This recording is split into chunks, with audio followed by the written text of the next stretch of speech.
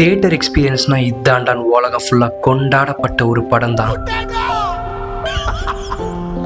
அந்த படத்தை பத்தி ஊர் ஃபுல்லா பாசிட்டிவ் ரிவ்யூ மட்டும் போயிட்டு இருந்தப்ப ஏன் கண்ணுல பட்ட ஒரு நெகட்டிவ் ரிவ்யூ. ஜெயமோகன் சார் கூட சொல்லியிருக்காரு நினைக்கிறேன், ஒரு பொறுக்கிங்களை பத்தி ஒரு படம். ஜெயமோகன் ஒரு தமிழ் எழுத்தாளர். அவரோட அந்த கருத்தை பெருசா யாரும் பார்க்கல, அப்படியே அட்டென்ஷன் தந்தாலும் அதை சிம்பிளா அப்போஸ் பண்ணிட்டாங்க. பொறுக்கிங்களை பத்தி படம் அனுக்கூடாதா அப்படின்னு கூட. அவர் எழுதின ஒரு சிறு கதையோட பேர் தான் யானை டாக்டர். அந்த சிறு கதையில ஒரு போர்ஷன்ல மஞ்சுமேல் பாய்ஸ் மாதிரி ஒரு குரூப் ஆஃப் ஃப்ரெண்ட்ஸ் வால்பாறைக்கு ட்ரிப்பு போறாங்க. யார் சொல்றதையும் கேட்காம ரெஸ்ட்ரிக்டட் ஏரியாக்குள்ள போய் நைட்டு பார்ட்டி பண்றாங்க. நைட்டு பார்ட்டி அப்ப ஒரு பீர் பாட்டில கீழே போட்டு உடைச்சிடுறாங்க. விடிஞ்சதும் அவங்க எப்பயும் போல கிளம்பிடுறாங்க.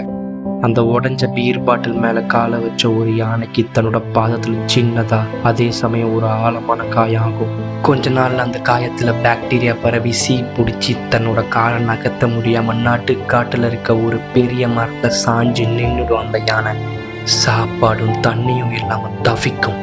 அடிப்பட்டது ஒரு பெண் யானை. அம்மா யானைக்கு குட்டி சாப்பாடு கொண்டு வந்து கொடுக்கும். தண்ணி இல்லாதனால எதையும் அம்மாவால சாப்பிட முடியாது.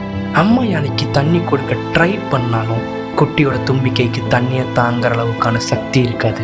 தண்ணி எடுக்க ஆத்துக்கு போகும், ஆனா வர வழியெல்லாம் தண்ணி கீழே சிந்திடும். மற்ற யானைகள் உதவி பண்ணாலும் அடிப்பட்ட யானையை அதே இடத்துல விட்டுட்டு கொஞ்ச நாள்ல தன்னோட பயணத்தை தொடங்க ஆரம்பிச்சிடும். அந்த யானை கூட்டம் தன்னோட குட்டியோட பாதுகாப்புக்காக அந்த கூட்டத்தோடையே குட்டி யானையை போக சொல்லும் தாய் யானை. அம்மாவை பிரிய முடியாம காட்டுக்குள்ள அங்கேயும் இங்கேயும் சுத்திக்கிட்டு கடைசி அந்த கூட்டத்தோடையே போயிடும் அந்த குட்டி யானை. தாய் யானை பசியிலையும் தாகத்திலையும் கத்தி கத்தி கொஞ்ச நாள்ல அதே இடத்துல செத்து கீழே விழும். இது எல்லாத்துக்கும் காரணம் அந்த உடைஞ்ச பீர் பாட்டில் தான். இது டைரக்டா மஞ்சுமேல் பாய்ஸோட கனெக்ட் ஆகலைனாலும் ஒரு சின்ன கனெக்ஷன் இருக்கு. அப்பதான் எங்க அண்ணன் சொன்ன ஒரு விஷயம் எனக்கு ஞாபகம் வந்தது. மத்தவங்களை வேதனைப்படுத்தாத எந்த சந்தோஷமும் தப்பில்ல. மத்தவங்களை வேதனைப்படுத்துற ஒரு சின்ன ஸ்மைல் கூட தப்பு.